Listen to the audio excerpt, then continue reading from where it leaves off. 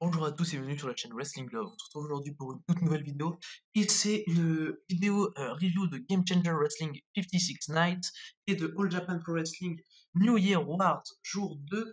Alors, déjà, premièrement, je voudrais m'excuser parce qu'il y a énormément de vidéos qui vont sortir sur la chaîne et du coup, j'en upload beaucoup en même temps. Du coup, elles mettent du temps à s'uploader. Du coup, les reviews mettent un peu de temps à sortir, mais il y en aura vraiment beaucoup en tout cas qui vont sortir. Il y en a déjà 4 avant celle-là. Euh, plus celle-là, plus après au moins trois quatre encore, et après avant que le rythme se calme, parce que cette semaine est vraiment quand même horrible. Et donc voilà, en termes de catch à regarder, c'est énorme cette semaine. Donc ce qui fait qu'il y aura énormément de reviews. Et on va commencer avec Game Changer Wrestling 56 Nights Show qui s'est déroulé le 1er janvier. C'est la première fois que je fais une review Game Changer Wrestling sur la chaîne et ça me tenait à cœur d'en faire une. Donc on va commencer avec l'opener Jordan Oliver contre Trey Lamar. J'ai mis à ce match 3,5. Alors j'ai vraiment bien aimé le match, c'est mon deuxième match préféré du show quand même. Oliver et Lamar, je trouve qu'ils ont une grande alchimie ensemble. Euh, Lamar, c'est quelqu'un que j'avais déjà connu un peu de chez BLP notamment. Il a un match contre Trey Miguel à. Il me semble que c'est à We're Back Wrestler Story, qui était vraiment super. Trey Lamar contre Trey Miguel, je conseille. Et Jordan Oliver, que je connais de chez MLW, qui a déjà quand même fait de très bonnes performances, même s'il est un peu green, et on le voit pendant le match, il est un peu green. Il a quelques prises qui sont effectuées un peu aux F, voilà. Mais franchement, ça reste de la très très bonne action. Et Trey Lamar est super cool, des bons moves, très fluides. Et en tout cas, voilà, et on a une victoire de Jordan Oliver, en tout cas, et je mets 3,5 à ce match. On passe ensuite à Ken Broadway contre ACH, Ken Broadway qui faisait son retour chez Game Changer Wrestling, et c'est Ken Broadway qui va remporter son match pour son retour, et ça fait déjà une grande série de défaites pour ACH, ça fait je crois 5 défaites d'affilée chez Game Changer pour lui, c'est quand même assez beaucoup. C'est un match que j'ai bien apprécié quand même sur le papier, j'ai mis 3. J'ai failli mettre 3,25, j'ai trouvé ça bien. Ça manque un peu d'impact dans les coups, mais les moves sont bien effectués. C'est Podfest un peu, mais il y a du selling. Donc c'est le selling qui est quand même bon de la part des deux catcheurs, surtout de la part des CH quand même, qui m'a bien tapé dans l'œil. Enfin, depuis qu'il est dans l'Indie US, CH, qu'il est parti de WWE, il me tape bien dans l'œil en tout cas. Et là, il fait encore un bon match. Voilà, je mets pas plus de 3, mais ça reste quand même une très bonne performance. Du coup, ensuite, nous allons passer à Chris Dickinson contre Paul Radrick. Alors, c'est un match que j'ai bien aimé, c'est une victoire de Chris Dickinson. J'ai mis 2,5 parce que, en fait, je trouve qu'il n'y a pas d'histoire racontée, ça m'a pas investi, j'étais pas dans l'action. Il y a du bon catch, ça va, mais c'est très moyen en fait. C'est très moyen ce match. C'est, tu t'attends à tout et c'est dans le sens chiant parce que tu peux t'attendre à des choses et que ce soit génial. Mais là, tu t'attends à des choses et c'est un peu chiant quand même, je trouve. C'est Dickinson contre Radrick, ouais, c'est clairement pas le match qui m'a le plus plu en tout cas. C'est même, je pense, le moins bon match du show. Avec non, je pense que c'est le match juste après, le moins bon match du show quand même. Mais Dickinson contre Radrick, c'est un match qui m'a peu investi, même si j'aime beaucoup Chris Dickinson en tout cas. Enfin, même son match contre Moxley en main event du Josh Barnett Bloodsport, j'avais vraiment adoré. Mais là, j'ai tout simplement pas accroché au match et du coup, je vais pas plus loin que 2,5. On passe ensuite à Joshua Bishop et Matthew Justice contre Alicat et Effie. Euh, Alicat et Effie qui forment la team Bussy, on le rappelle, c'est une victoire de Bishop et de Matthew Justice. Le match est très comédie, comme normalement avec le personnage d'Effie. T'as Alicat qui s'amuse un peu à faire un peu comme Effie, j'ai trouvé ça drôle. Mais Effie, en fait, le problème c'est que je le trouve cringe le mec, donc c'est assez compliqué de s'investir. Euh, les spots sont OZEP, il y a beaucoup de bots dans le match, il y a beaucoup de moves mal effectués, donc j'ai pas plus loin que 2,5 parce que j'ai quand même un peu ri dans le match, en soi je vais pas être trop difficile, mais ça reste quand même très compliqué de s'investir dans le match en tout cas. Et j'ai tout de même mis 2,5 parce que il y a des trucs bien, des bons spots à l'extérieur du ring avec Alicat notamment. Mais Alicat qui est selon moi l'MVP du match quand même. Mais je mets 2,5 parce que Effie me saoule en fait. Effie me saoule grandement. Et donc du coup voilà, on va pouvoir passer maintenant un 8-way match. Donc ce match, bon, comme d'habitude, Game Changer qui fait des multi-man matchs en solo. Euh, en milieu de show environ, ils font des fois des five-way, tout ça. Et là, en tout cas, c'est Iron Beast contre One Cold Manders, contre Charlie Tiger, contre Elena Black, contre Elise Taylor et contre Levi Everett et Steve Scott. Et c'est KTV et Shane Mercer qui ont gagné donc Iron Beast. C'est un peu bizarre en fait que t'as Iron Beast qui arrive en plein milieu du six-way et ils gagnent le match à deux, ils défoncent tout le monde, voilà. En fait, de base, c'était censé être un six-way, sauf que ça s'est transformé en eight-way avec KTB et Shane Mercer qui sont arrivés un peu plus tard. Je trouve le match un peu overbooké avec justement ça, mais c'est cool techniquement. Comment sont montrés Iron Beast, ça me plaît bien en tout cas. Moi, personnellement, j'ai mis 3 parce que j'ai trouvé que l'action était très cool et la période de domination d'Iron Beast est très très bien, même si je pense que ça aurait été aussi tout aussi bien de les faire commencer en début de match. Mais en tout cas, ça reste un match vraiment, vraiment cool. Mais donc voilà, c'est un peu RAS à part ça. Et on va passer à Mance Warner contre Calvin Tankman. C'est un match qui m'a été bien, surtout de par la présence de Calvin Tankman, qui est quand même un catcheur que j'adore. Euh, Franchement, le match est bon. Franchement, le match est vraiment même très bon, j'ai envie de dire. J'ai mis 3,25. Mais je vais pas plus loin parce que Mance Warner, en fait, il scelle très mal. Des fois, t'as l'impression qu'il scelle pas, en fait. Mance Warner, faut vraiment qu'il apprenne à faire du selling parce que c'est chiant de voir Matt Warner catcher maintenant. Calvin Tankman est super, des bonnes prises power-out, franchement, beaucoup d'impact avec ce mec. Il est génial sur un ring, hein, Calvin Tankman, clairement. C'est possiblement un de mes préférés à être dans l'Indie US actuellement, mais dans tous les cas, le match est bon, je mets 3,25, pas plus. C'est, je pense, mon quatrième match préféré du show. Euh, C'était quand même, voilà, de la bonne action, du bon powerhouse, mais je pense pas que c'était Warner qu'il fallait mettre contre Tankman, et je pense surtout pas que c'était Mance Warner qu'il fallait faire gagner, même si Mance Warner il sort quand même d'une défaite dans un match pour le championnat Game Changer contre Ricky Shane Page, il avait perdu ce match, c'était à So Much Fun en novembre, mais d'ailleurs Ricky Shane Page qui ne défend pas quasiment jamais le titre Game Changer et là il est même pas dans le show. Ça m'attriste quand même parce que le mec quand même il est champion depuis décembre 2019, il a 3 défenses de titre. C'est un peu chiant on va dire. Voilà, surtout que le mec il avait gagné le titre en 1 minute. Voilà, bref, c'est assez chiant, mais enfin voilà, là c'est un peu hors contexte du Warner contre Tankman qui était quand même bien bon. Ensuite, on va passer à Blake Christian contre Lee Moriarty. J'ai mis 4 étoiles, je le dis tout de suite, c'est mon match préféré du show, j'ai vraiment adoré l'action. Un excellent travail de selling de la part des deux catcheurs, des belles prises. Au début, c'est un peu lent, je me dis bon, quand est-ce qu'ils vont catcher? Mais en fait, ça devient très rapidement technique entre les deux, des bonnes prises. Des bons retours de la part de Blake Christian. Moriarty, franchement, il est génial. C'est une pépite, Lee Moriarty, hein. Si vous connaissez pas Lee Moriarty, il faut vraiment le découvrir parce que le mec, il va tout casser dans l'Indie US d'ici les prochaines années. C'est un peu le Yuki Ueno de Game Changer, voilà. Mais en tout cas, Lee Moriarty, il est absolument fabuleux. Et Blake Christian, d'ailleurs, est un excellent catcheur également. Et ça ne pouvait être qu'un bon match entre les deux hommes. Euh, Franchement, j'ai vraiment, vraiment bien aimé le match. Je vous conseille. C'est mon match préféré du show. J'ai mis 4. Mais si vous n'avez pas le temps, avec tout le catch qu'il y a en ce moment, c'est pas grave, c'est pas le match qu'il faut voir. Et même dans cette vidéo, je parlerai tout à l'heure de Japan avec un match qui est encore meilleur. Mais avec toute cette semaine où il y a du catch, c'est pas le match qu'il faut le plus voir. Mais si vous avez le temps, le Christian contre Moriarty, c'est clairement ce qu'il faut rattraper de 56 Night de Game Changer Wrestling.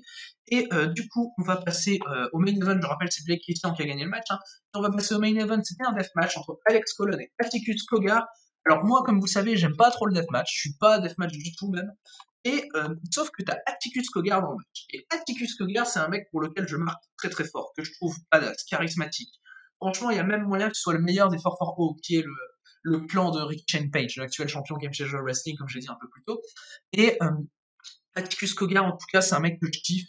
Et franchement, j'ai mis 3,75 à ce match, c'est mon deuxième match préféré du show. J'ai vraiment bien aimé l'action.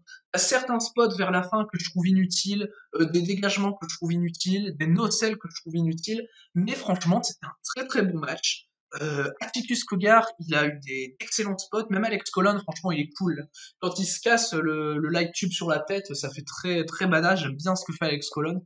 Mais voilà, Atticus Cogar, c'est quelqu'un sur lequel je marque vraiment vraiment fort et il est génial Atticus Cogar. Victoire finale d'Alex Colon, ça m'a un peu déçu, hein. Je dois vous le cacher parce que Atticus Cogar c'est peut-être le seul mec avec qui j'adore, enfin j'adore, c'est un grand mot, avec qui je peux bien aimer le deathmatch, mais là c'était quand même vraiment bien, j'ai mis 3,75, j'étais vraiment investi tout du long en tout cas, et 3,75 un deathmatch c'est quand même une très bonne note si on connaît mes notes habituelles de deathmatch. Et du coup, c'est la fin de la review de Game Changer Wrestling 56 Nights. Ce qu'il faut voir, comme j'ai dit tout à l'heure, c'est Lee Moriarty contre Blake Christian. Et c'est tout franchement parce que la semaine est horrible. Moi, je fais l'effort de me taper tous les shows, franchement, c'est un effort incommensurable avec en plus toutes les vidéos à tourner, le montage, enfin, je vous dis pas, bref, ça prend énormément de temps, mais dans tous les cas, ça reste Lee Moriarty contre Blake Christian, ce qu'il faut voir, et parce qu'il y a trop de choses à voir cette semaine, clairement. Et du coup, on va pouvoir passer à la review de All Japan Pro Wrestling New Year Wars 2021, jour 2. Et on a commenté donc le show avec Akira Francesco et le Bodyguard contre Alejandro et Ryuki Honda. Victoire d'Akira Francesco et du Bodyguard en 5 minutes. C'est le Bodyguard qui gagne le match pour son équipe. Euh, c'est l'opener. Et c'était le moins bon match du show, donc ça va, ça me dérange pas. Le Bodyguard est vraiment mauvais, hein. Mais si ça met over Akira Francesco que j'adore, ok, je suis d'accord. Si ça met over Akira Francesco, moi ça me va. Et le combat est bon, mais le problème, c'est que le selling du Bodyguard est vraiment atroce. T'as des échanges qui étaient faits avec Impact, mais même pas la moitié du truc, quoi. C'est, t'as Francesco qui est bon, mais le reste, c'est pas bien. T'as Alejandro qui a des bons spots juniors également. Un bon catcheur, Alejandro, vers qui j'arrive un peu à m'investir. Mais sinon, voilà, Bodyguard descend vraiment la qualité du match, et du coup, j'arrive à 2. On passe ensuite à Purple Haze, Shigeru Irie et Utamaro contre Black Mensore et Takao Mori, deux tiers des champions Six-Man avec Carmelito. On le rappelle, Carmelito, dont j'ai peur d'ailleurs qu'il apparaisse pas trop chez All Japan et que le Six-Man vraiment soit naze dans la défense, voilà. Mais du coup, c'est une victoire de Shigeru Irie et Utamaro en 7 minutes de match. Je pense que ça va possiblement amener Purple Haze vers les titres Six-Man. En tout cas, je l'espère. J'ai mis 2,75 parce que Irie il carry le match, hein. Clairement, Irie il est tellement bon. Irie il a des coups, des prises, mais c'est tellement bien. Je parlais tout à l'heure de Calvin Tankman, bah, Irie, c'est la même chose, sauf que c'est encore mieux, quoi. C'est Irie, c'est un des meilleurs powerhouse que j'ai pu voir actuellement, hein. Actuellement, je parle que je peux voir actuellement sur un ring. Shigeru Irie, il est tellement génial. Mensore et Omori, je les aime bien, donc ça me dérange pas. Utamaro également. Utamaro, il est un peu random dans le match, mais je l'aime bien. Mensore, il a des bons spots, il est drôle et il est bon in-ring. En fait. Mensore, il est quand même bon in-ring. Et du coup, j'arrive à 2,75. Donc c'est une undercard sur laquelle je vais être assez rapide quand même, parce que je vais parler plus en longueur, plus en détail des matchs de championnat, surtout du match comme pour le titre Triple Crown, comme vous vous en doutez. Et donc, on va passer au troisième match du show. Jake Lee, Koji Wamoto et Tajiri ont affronté et battu Evolution, Dan Tamura, Hikaru Sato et Shuji Ishikawa. Déjà, je trouve c'est un peu dommage d'avoir mis Dan Tamura avec dans un autre match que celui où il y avait les enfants terribles un peu plus tard. Mais quelque part, ça me dérange pas parce que t'as Ishikawa pendant le match, il va vraiment se comporter en daron avec Dan Tamura, ce que j'ai trouvé très très cool. C'est un bon match undercard. Il s'est comporté un peu comme un mentor avec Tamura, j'ai bien aimé ça parce qu'Ishikawa avec Suwama c'est un peu les darons de Japan. Ishikawa en plus c'est le booker, donc il y a encore plus d'importance. Mais c'est Yoamoto pour moi qui carry le match avec Jake Lee. Ils ont un bon teamwork. Tajiri est cool dans le combat, même si je pense que même que c'est celui qu'on le voit plus de son équipe. Euh, et tout simplement, je pense que c'est une bonne chose de mettre Ishikawa avec des jeunes comme Sato et Tamura. Voilà, Ishikawa, un grand vétéran quand même, qui, selon moi, peut mettre over des Tamura et des Sato, ce qu'il a fait à merveille. Voilà, j'ai bien aimé le comportement d'Ichikawa en tout cas. Et donc du coup, victoire de Jin et de Tajiri. Tajiri qui a signé, on le rappelle, chez All Japan à plein temps. On va passer ensuite au dernier match de l'Undercard, les enfants terribles, Kumarashi, Shotaro Ashino et Yusuke Kodama contre Atsuki Aoyagi, Kento Miyara et Rising Hayato, ça a duré 11 minutes. Et c'est mon deuxième match préféré du show, j'ai mis 3,75. Je trouve le match vraiment, vraiment super. Euh, j'ai Kento Miyara en fait, dès son entrée, je marque. Dès l'entrée de Kento, je marque, je dis oh putain, le dieu du catch est arrivé, c'est waouh. Et Kento pendant tout le match, il va me faire marque. Je veux dire, t'as vu les mecs déjà qu'il y a dans le match, t'as Arashi, Ashino, Kodama, les trois mecs là, je marque vraiment sur eux, surtout, pardon, surtout Yusuke Kodama. Et franchement, Miyara, c'est un des mecs les plus charismatiques que j'ai pu voir de ma vie. Là, j'applaudis en même temps que lui et tout. Franchement, c'est génial, Kento Miyara. Euh, les mecs avec lui, Aoyagi et Ayato, font évidemment une bonne performance parce que c'est Miyara qui les met over, évidemment. Et les enfants terribles sont cool, je suis content qu'ils ont qu'ils ont gagné, même si Kento est dans l'équipe perdante, je pense qu'ils ont fait quand même le bon choix. Et c'est cool d'avoir fait gagner les enfants terribles aussi pour un truc qui se passera un peu plus tard dans le show, on en reparlera. Mais enfin voilà, bon work de la part de tout le monde. Miara, évidemment MVP, même si c'est pas celui qu'on voit le plus dans le match. Euh, il est vraiment vraiment cool. Les souplexes de Jotaro Hashino sont impressionnantes également, hein, quand il fait une souplex là, sur un petit jeune, sur un Rising Hayato, ça envoie du lourd, hein, en tout cas. Et donc du coup, je mets 3,75. On passe ensuite aux 3 matchs de titre et on va commencer avec le titre All Asia. C'était Izanagi et Zeus de Purple Ace qui ont défendu les titres contre Okuto Omori et Koji Doi. Alors, ce match, je lui ai mis 3,5. Il y a des bons matchs, des bonnes séquences, des bons kicks de la part d'Izanagi. T'as Zeus qui paraît vraiment, vraiment plus fort que les autres, hein, c'est fou. Franchement, Zeus, il paraît tellement fort par rapport aux 3 autres. Et c'est pour ça que je trouve logique de donner la victoire à Izanagi pour équilibrer un peu les choses.